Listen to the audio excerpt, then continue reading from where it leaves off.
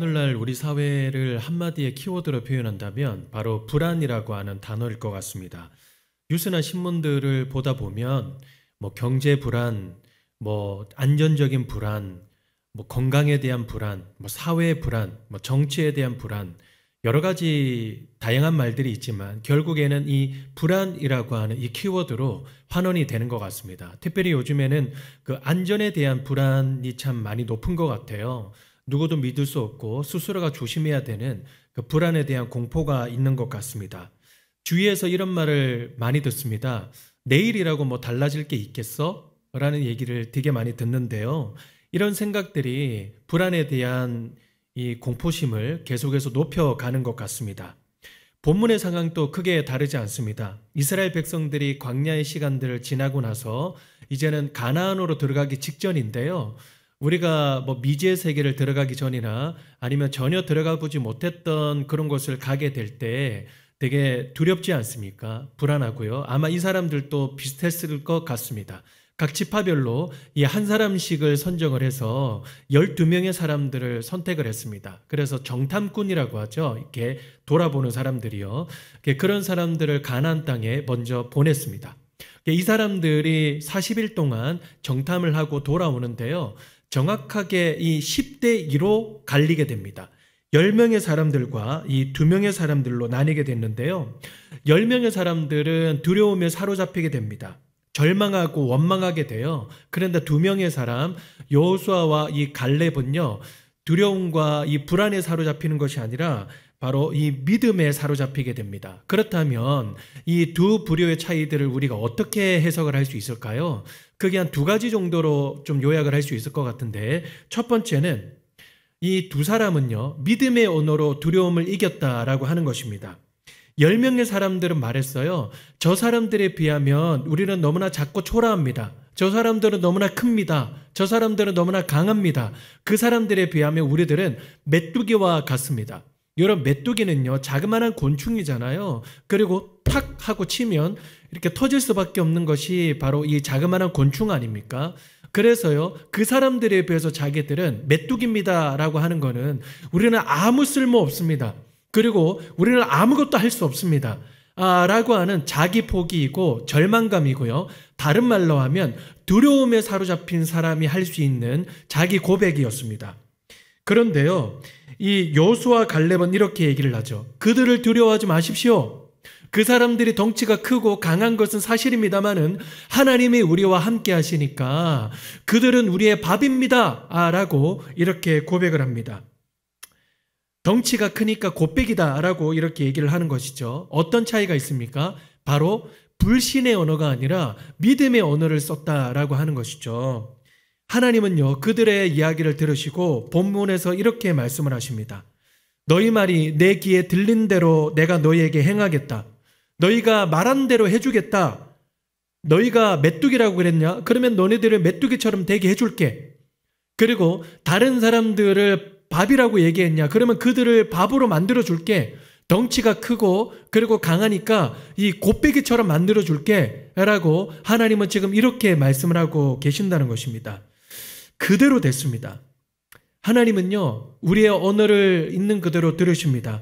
나를 메뚜기라고 하는지 아니면 그들은 나의 밥이라고 하는지 어떻게 하나님께서 말씀하시는지 간에 하나님께서는 다 들으시고 그대로 행하십니다. 왜?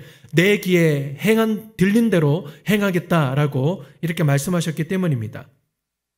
여러분들의 언어는 불신의 언어입니까? 아니면 믿음의 언어입니까? 우리 대한민국의 이 어른들이요, 요즘에는 그렇지 않습니다만은 옛날에만 해도 굉장히 부정적이었어요. 야, 이 망할 놈들아, 그리고 이 죽일 놈들아, 그리고 이 썩을 놈들아 라고 자녀들이나 이 후손들에게 그렇게 말씀하시는 어른들이 참으로 많았거든요. 제가 어렸을 때만 해도 어른들에게 가장 많이 들었던 말이 뭘까 한번 고민을 해보면 이런 류의 말들이었습니다. 이 문둥이 자식아 라는 그런 얘기를 많이 들었거든요. 여러분, 문둥이가 뭡니까? 오늘날로 치면요, 한센병이에요. 이 아이들에게 있어서 이 한센병은요, 굉장히 무서운 병이거든요. 그리고 이 어떤 분들이 이런 얘기를 하셨어요. 이 연병할 놈들아 라고 이런 얘기를 되게 많이 하셨거든요. 여러분, 연병이라는 뜻이 뭡니까? 오늘날로 치면 장티푸스였습니다. 장티푸스는요, 고열에 시달리다가 이 장이 뒤틀리는 거로 고통을 느끼면서 심지어는 죽을 수도 있는 굉장히 심각한 질병이거든요. 이런 말들을요, 마구마구 하셨어요. 심지어는 어떤 분들은 화가 나시면 뭐라고 그러셨냐면, 이 연병할 문딩아라고 이렇게 얘기를 하셨어요. 여러분, 이거는 한센병에 걸리라는 거예요? 아니면 장티푸스에 걸리라는 겁니까? 아니면 둘 다 걸리라는 것입니까? 이런 무서운 말들을 마구마구 말씀을 하셨거든요. 어떤 외국에 있는 기자가요, 우리나라를 보면서 어른들의 말이 너무 부정적이었다는 거예요. 그러면 후손들이나 자녀들이 잘 못 돼야 되는데, 가만히 이렇게 우리나라를 보니까 이 자그마한 땅덩이에 너무나 많은 인재들이 태어난단 말이에요. 경제에, 그리고 학문에, 스포츠에, 그리고 뭐 여러 가지 문화적으로 너무 많은 인재들이 태어난다는 거예요. 그래서 이해가 안 됐다는 거예요. 첫 번째는 부정적인 언어가 난무했다는 것을 놀랬고, 두 번째는 너무나 많은 인재들이 태어난다는 것에 놀랬다는 거예요. 그래서 연구를 한번 해보니까 한 가지 사실을 발견했다는 거예요. 어떤 거였냐면, 아이들을 야 이 망할 놈아 라고 이렇게 혼내시고 난 다음에 그 다음에 코를 풀어주면서 뭐라고 얘기합니까? 흥해라 흥해라고 이렇게 얘기하지 않습니까? 그러니까 자녀들과 후손들은 망하지 않고 흥한다는 거예요. 여러분, 우리의 언어에 어떤 말이 있든지 간에 여러분, 그 말에는 힘이 있습니다. 부정적인 말, 불신의 말이 아니라 믿음의 말로 하나님 앞에 나아갈 때 하나님은 들으시고 행하신다라고 하는 것이죠. 여러분, 메뚜기 하니까 생각나는 연예인이 있으시죠? 저는 유재석이라는 사람이 떠오르는데요. 이분이 자신의 이야기를 담아서 노래를 하나 만들었습니다. 제목이요, 말하는 대로입니다. 예전에 무한도전에서 만들었다가 최근에 또 이 노래를 만들어서 부르고 있더라고요. 가사를 제가 한번 요약해서 읽어드릴게요. 나 20살 적에 하루를 견디고 불안한 잠자리에 누울 때면 내일 뭐하지 내일 뭐하지 걱정을 했지. 그러던 어느 날 내 마음에 찾아온 작지만 놀라운 깨달음이 내일 뭘 할지 꿈꾸게 됐지. 말하는 대로 될 수 있다는 걸 눈으로 본 순간 믿어보기로 했지. 20살 적에 누구도 찾아주지 않고 자기 자신도 이 스스로가 이 쓸모없는 사람이라고 자책을 하고 있었던 그 어느 때에 내일 뭘 하지? 이 한 치 앞도 보이지 않았던 그런 시간 동안요, 이 사람은 이렇게 얘기를 했다는 거예요. 말하는 대로 될 수 있단 걸 눈으로 본 순간 믿어보기로 했지. 여러분, 이 노래는요, 원래는 유재석이라고 하는 사람이 부를 것이 아니라 예수 그리스도를 주인으로 모시고 살아가는, 우리의 말을 들으시는 그 하나님을 따라 살아가는 이 하나님의 자녀들이 불러야 되는 그런 노래다라고 할 수 있습니다. 물론 우리가 말하는 대로 다 될 것이다 라고 하는 것은요, 이 복음과 크게 관계가 없을지는 모릅니다. 그러나요, 하나님은 말씀하시고 계시지 않습니까? 우리의 말을 들으시겠다라고 말씀하시지 않아요? 여러분, 다른 말로 우리의 기도를 들으시겠다라고 이렇게 하나님께서 말씀하고 계시는 것 아닙니까? 믿음의 우리 모든 사람들이요, 때로는요, 우리의 언어가 너무나 부정적이지는 않은지, 너무나 불신에 가득 차 있지는 않은지, 내일이라고 뭐 달라질 게 있겠어? 그리고 내 삶이라고 뭐 특별할 게 있겠어? 라고 얘기를 하는 것이 습관적으로 붙어 있는 것은 아닌지, 이것이 우리의 기도를 대체하고 있는 것은 아닌지 한번 돌아보기를 원합니다. 여러분, 우리의 언어가요, 계속해서 부정적인 언어와 계속해서 부정적인 자기 비하로 이렇게 넘쳐나잖아요. 그러면요, 두려움에 사로잡히게 되어 있습니다. 그러나 믿음의 말을 하기를 시작을 할 때 하나님께 붙들리게 되어 있습니다. 지난주에 저랑 한 번도 만나지 못했던 어느 권사님이랑 한번 통화를 했던 적이 있었어요. 근데 이 권사님이요, 저를 이렇게 통화를 하면서 오늘의 교회를 한 번도 오신 적이 없으시거든요. 그리고 우리 교회 지금 아직까지 간판이 없지 않습니까? 그리고 뭐 블로그라든지 홈페이지가 전혀 없잖아요. 그러니까 우리 교회가 사람들에게 알려질 만한 것들이 아무것도 없지 않습니까? 그런데요, 그 권사님이 제 얘기를 가만히 들으시고, 그리고 제 기도 제목에 대해서 이렇게 들으시더니, 권사님이 이렇게 얘기를 하시더라고요. 아, 목사님, 오늘 이 교회는 아마 잘 될 것 같습니다. 오늘 이 교회는 아마 잘 될 겁니다. 아마 지금 여러분들의 표정은, 저를 한 번도 만나보지 못해서 저런 얘기를 할 거야 라고 그런 생각을 하시는 분들도 계실지 모르겠습니다. 그런데요, 그 말이 저에게 있어서는 너무나 큰 위로가 됐습니다. 여러분, 그분이 우리의 교회에 대해서 뭐를 안다고, 여러분, 그분이 저에 대해서 뭐를 안다고, 그분이 우리에 대해서 뭐를 안다고 여러분 그 말씀을 하시는 겁니까? 여러분, 그분이 뭘 알아서 말씀을 하시는 게 아니고요, 그분은 하나님 앞에서 믿음의 고백을 하고 있는 거예요.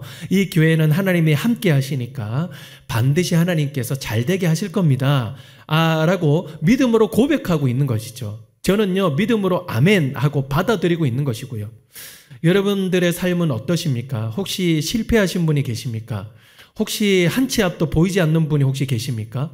그리고 이 자리에 혹시 믿음으로, 그리고 이 자리에 혹시 영적으로 실패하고 패배하며 자책에 빠져 있는 그런 사람 혹시 이 자리에 계십니까? 여러분, 괜찮아요. 하나님이 함께 하시니까요, 잘 되게 하실 것입니다. 여러분, 믿음으로 선포하시기를 바랍니다. 나는 그들에 비하면 메뚜기입니다. 나는 그들에 비하면 아무것도 아닙니다. 아무것도 할 수 없습니다 라고 고백하라는 것이 아니라, 하나님이 우리와 함께 하시니까 하나님에 비하면 그들은 자그마한 밥입니다. 식은 죽 먹기입니다. 좀 크고 강하면 좀 꽃배기입니다 라고 이렇게 믿음으로 좀 고백을 하며 나아갈 때, 다른 말로 믿음으로 기도하면서 나아갈 때 하나님은 우리의 기도를 실상이 되게 하실 줄로 믿습니다. 두 번째 차이는요, 바로 믿음의 해석에 있었다는 거예요. 12명의 사람들은요, 똑같은 상황을 봤습니다. 가나안 땅으로 들어갔고요, 40일 동안 그 땅이 어떤지, 물론 좋은 것들도 많이 있지만 그 사람들이 얼마나 크고 얼마나 강한지에 대해서 똑같은 상황들을 발견을 했습니다. 그런데요, 무엇으로 해석을 하는가에 따라서 그 결과는 완전히 달라졌습니다. 불신으로 해석을 했던 이 10명의 사람들은요, 절망하게 됐습니다. 또 불평하게 됐어요.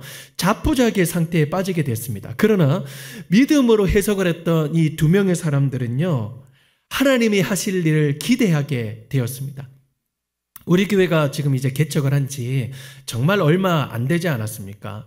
제가 이 개척을 하면서요, 이렇게 지나오는 시간들 동안 켜켜이 쌓여왔던 좀 마음의 아쉬움들, 그리고 마음의 어려움이 살짝 있었습니다. 이제 그런 것들이 뭔가 봤더니 이렇게 개척을 할 때 뭔가 이 사람에 대한 서운함, 또 사람에 대한 어떤 섭섭함이 계속해서 켜켜이 좀 쌓였던 것 같아요. 그러면 안 되는데 괜찮아 라고 제 마음으로는 그렇게 얘기를 하고 입술로는 그렇게 얘기를 하려고 노력을 합니다만은, 그런데 실상으로는 그게 잘 안 되더라고요. 서운하다, 섭섭하다. 그리고 또 어떤 사람들에 대해서는 어떻게 그렇게 얘기할 수 있지? 이라고 하는 어떤 이 섭섭함이 제 마음속에 계속해서 좀 켜켜이 좀 쌓여가는 그런 느낌이 좀 들었습니다. 그래서 지난 한 주간 동안은 조금은 좀 힘들었었거든요. 여러분 쫄지 마십시오. 우리 성도님들을 제가 얘기를 하고 있는 것 아닙니다. 우리가 이 사람에 대해서 기대가 좀 크고 신뢰하는 마음이 좀 크면 그 낙차가 있는 거잖아요. 그러다 보니까 그 안에서 좀 실망감을 느끼고, 그러다 보니까 쌓이니까 이게 살짝은 좀 어려움으로 남게 되었던 것 같습니다. 그런데요, 지난 한 주간 동안 제가 조금 힘든 시간들을 보내면서 한 가지 깨달음이 왔어요. 어떤 깨달음이 왔느냐면, 여러분, 가치 있는 일일수록 쉽게 일어나는 일은 거의 없습니다. 가치 있는 일일수록 실망감도 크고, 가치 있는 일일수록 어려움들이 계속 이렇게 쌓이다 보면 결국 그를 뛰어넘을 때 더욱더 가치감을 느끼는 것 아니겠습니까? 제가 뭐라고 하나님 앞에 고백을 하게 됐느냐면, 하나님, 이 교회는 그리스도의 몸으로 세워가는 그런 교회이고, 그러다 보니까 어려움이 없다는 것은 이거는 거짓말일 것 같습니다. 또 어려움이 많다는 것은 얼마나 하나님이 이 교회를 귀중하고 소중하고 가치 있게 세워갈까? 라고 하는 그런 어떤 기대감을 심어주게 되는 것입니다. 그래서 하나님께 이렇게 고백했어요. 하나님, 너무너무 감사를 드립니다. 개인적으로 어려움이 참 많고 여러 가지 마음의 실망들이 참 있습니다만은, 그러나 하나님이 이 교회를 얼마나 가치 있고 이 교회를 얼마나 의미 있게 세워가실지 정말 기대하게 됩니다 라고 고백을 하게 되니까요, 그제 동안 제게 쌓여 있었던 이런 마음들, 또 쌓여 있었던 이런 불편함들이요, 한순간에 사라진다는 것을 제가 경험을 하게 됐습니다. 여러분, 인간적으로 해석을 하다 보면요, 해석이 되지 않아요. 그러면 서운함이 쌓이게 되죠. 또 불편함이 쌓이게 되죠. 그런 마음속에 자그마한 불씨를 안고 살아가는 것과 똑같습니다. 여러분, 불씨의 이 특징이 뭡니까? 점점 커진다는 것이죠. 여러분, 점점 커진다는 것은 나에게 피해를 준다는 것입니다. 여러분, 나에게 피해를 준다는 건 뭐예요? 나를 홀라당 태울 수도 있다는 거예요. 너무나 안타까운 것은 뭐냐면요, 오늘날 이 그리스도인의 삶을 살아가는 여러 사람들이요, 마음속의 상처와 또 마음속의 불편함과 마음속의 질투와 시기, 불평과 원망감을 가지고 살아가요. 여러분, 이것은요, 이 자그마한 불씨라고 생각할 수 있거든요. 눈에 잘 보이지 않아요. 그런데 여러분, 이 불씨가 계속해서 커집니다. 여러분, 커지면 어떻게 됩니까? 나에게 계속해서 영향을 줘요. 나에게 영향을 준다는 것은 나의 영으로 홀라당 불태울 수 있다는 거예요. 불태울 수 있다는 거예요.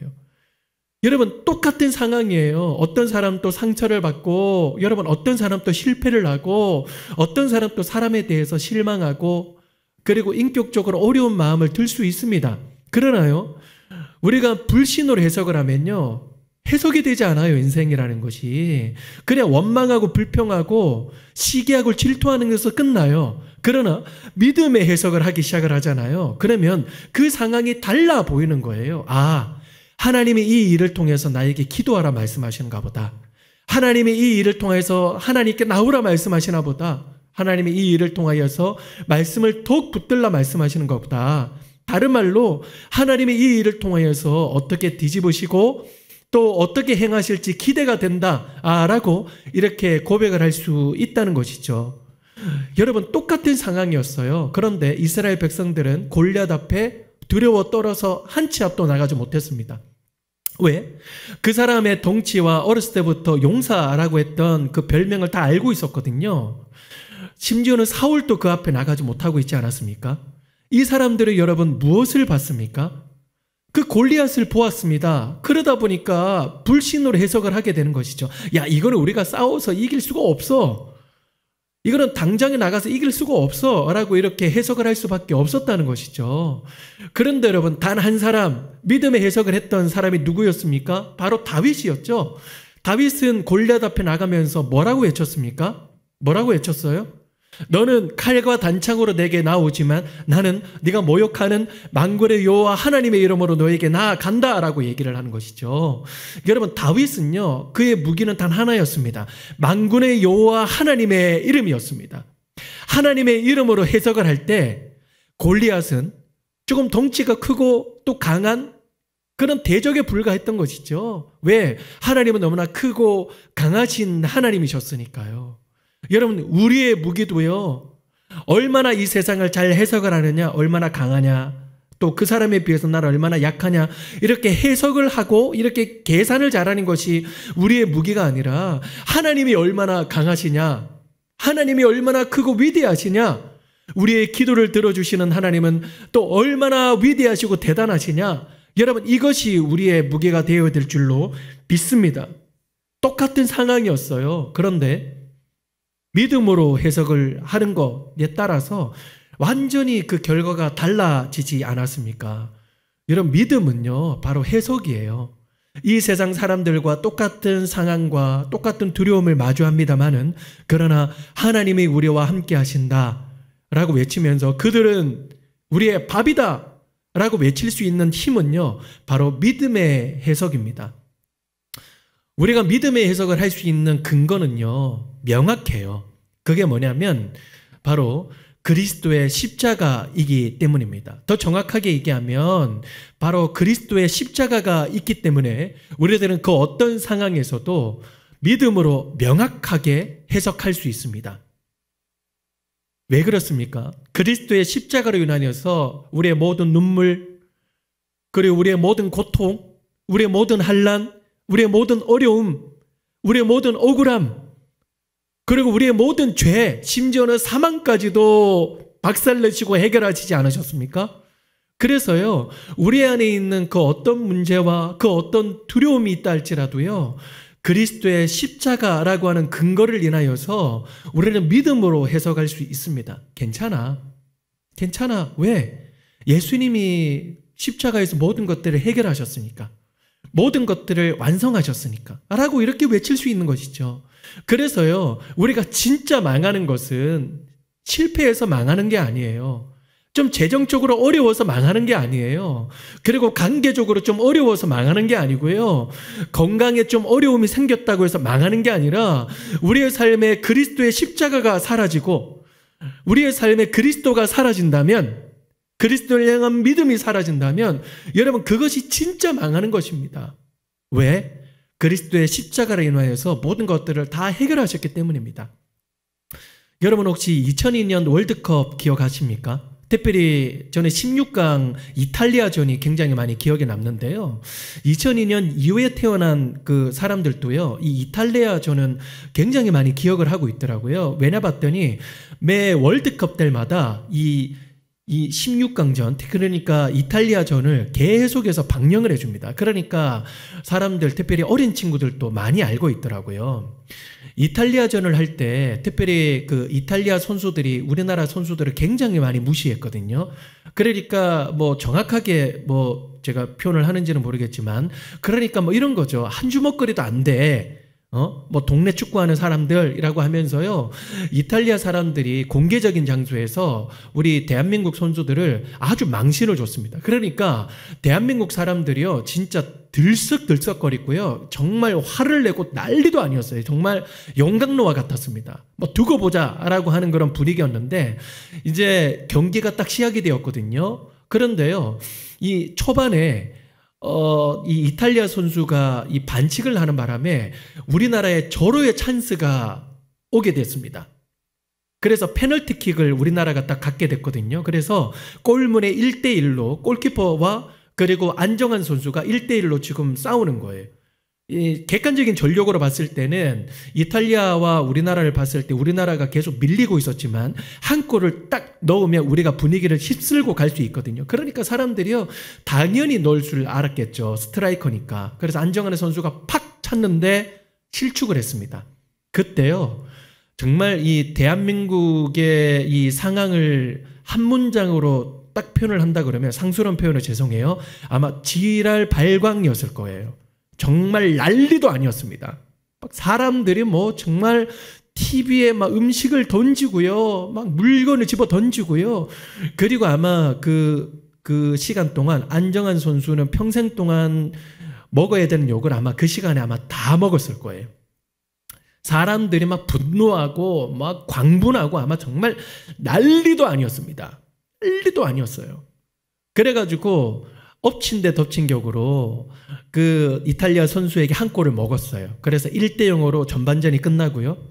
그리고 이제 후반전이 시작됐는데 대한민국 선수들이 굉장히 열심히 했어요. 그런데 계속 이게 안 되는 거예요. 패스를 보내도 계속 중간에서 차이고, 열심히 해도 이게 뭔가 좀 밀리는 분위기여서 그런지는 몰라도 계속해서 안 되는 거예요. 그러니까요, 중간에 사람들은 TV를 끄는 사람들도 있었고요.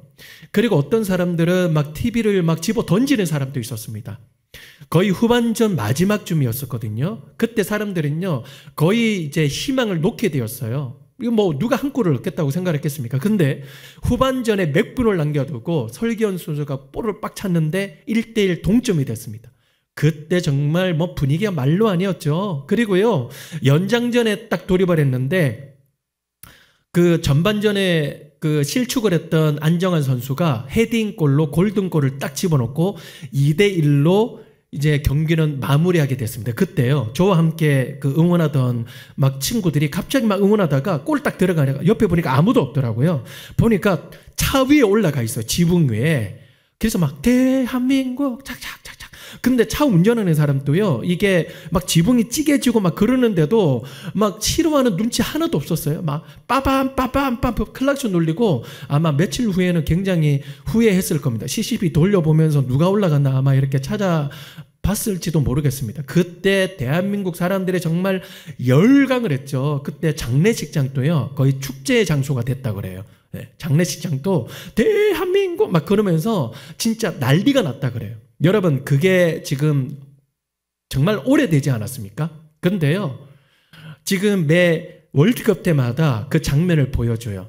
2002년 월드컵 특별히 16강 장면, 안정환 그 선수 그 골 넣는 장면뿐만 아니라 전반전, 후반전 계속 볼을 빼앗기고 실축하고 골은 안 들어가고 쓰러지고 무너지고 빼앗기고 이런 장면들을 계속 보여주거든요. 그런데 그 장면을 보는 대한민국의 그 어떤 사람들도요, 화를 내는 사람이 없어요.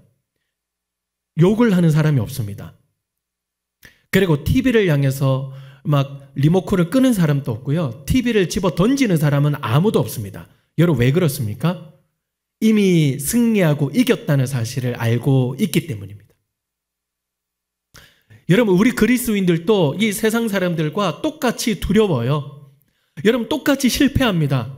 똑같이 절망합니다. 똑같이 무너집니다. 그러나 우리가 영원히 이 두려움에 사로잡히지 않는 것은 예수 그리스도께서 우리를 대신하여 영원히 승리하셨다는 사실, 또 영원히 완성하셨다는 사실, 그리고 이 세상의 끝에 우리의 주인 되신 예수 그리스도께서 우리의 눈물을 닦아주신다는 그 사실을 알고 있기 때문에 우리는 영원히 절망하지 아니하고, 여러분, 우리는 영원히 두려워하지 않습니다.